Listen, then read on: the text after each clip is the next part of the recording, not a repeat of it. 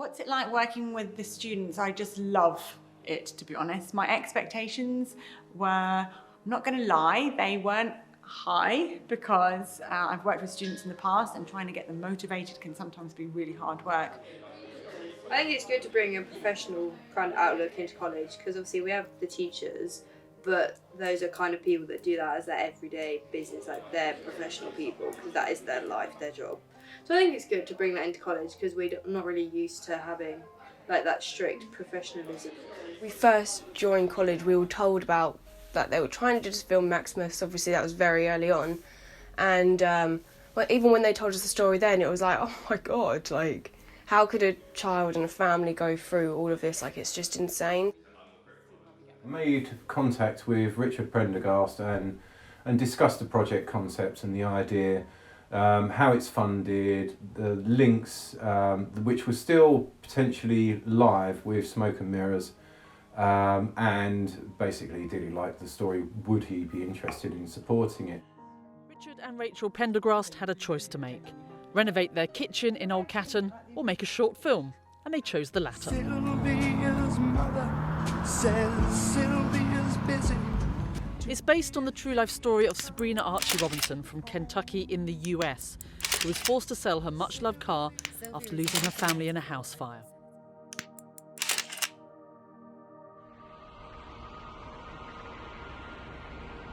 Today is what I regard as like the first day of the Maximus project. We're going to sort of muddle through it together because all films are sort of, you know, figuring it out as you go along. I want to get you guys involved in the process and sort of shaping the story. I'm enjoying it because it's like the first more professional thing I guess we've done. In production days, we're working with other professionals as well as Richard and Rachel. Gives us a chance to maybe understand the role a bit more professionally. The best way to learn is just to get out there and start doing stuff for themselves, because then as soon as they've finished their courses, they've had that first-hand experience and they've got the confidence to go out and do it and essentially get paid for it. My job role is makeup, so I've been researching the different characters' looks, like their possible looks and stuff, and then I'll be working alongside other people like to do their makeup on set. Well, I think it's really good because obviously I want to go into industry when I'm older, so working with these professionals, it gives me a bit of a taster. I just think it's the most valuable type of teaching that you can do, really, and it's so rewarding, you know, having some of the students, we've had them on the phone talking to companies that we're trying to source locations and props and cast from, and getting real responses from, you know, from real people. Working with Richard has been really fun. He kind of attacks things in like a different way. For example, we did a whole day of just rehearsing the script as actors, which as a sort of actor myself was really, you know, fun to do. A really exciting thing to work on. We just put headings down, put a bit of information on what is called location, postcode, telephone, and then for me, I've just put a little reason why I like it. So yeah, we just, if we see a location we like, we just chuck it on here. So there are a lot of elements in this film that I was really apprehensive about, things like visual effects, makeup, costume, props design, and amazingly, under the roof of the West Suffolk College, there is a makeup department, there's a textiles department, and they've all combined together. They've all really enthusiastically got on board with the film. They've gone away in their own time and come back with ideas.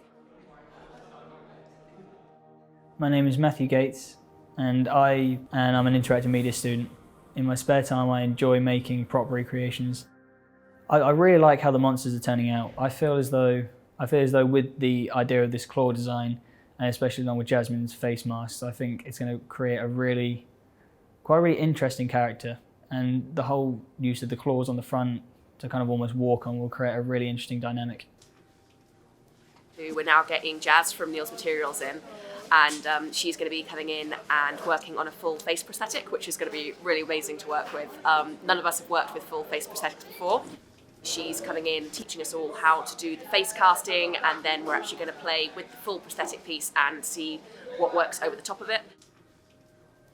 I quite enjoy working with other departments, mainly because I get to speak to other people, I get the ability to see what they're doing, and then with that I then sculpted the face and I made some barnacles and some blisters, which therefore made it match the claw. Because it's water-based, so it will just... Like that? Yeah. So just make sure it doesn't drip over her nose, yeah, because it's going to drip. Oh, that looks so satisfying.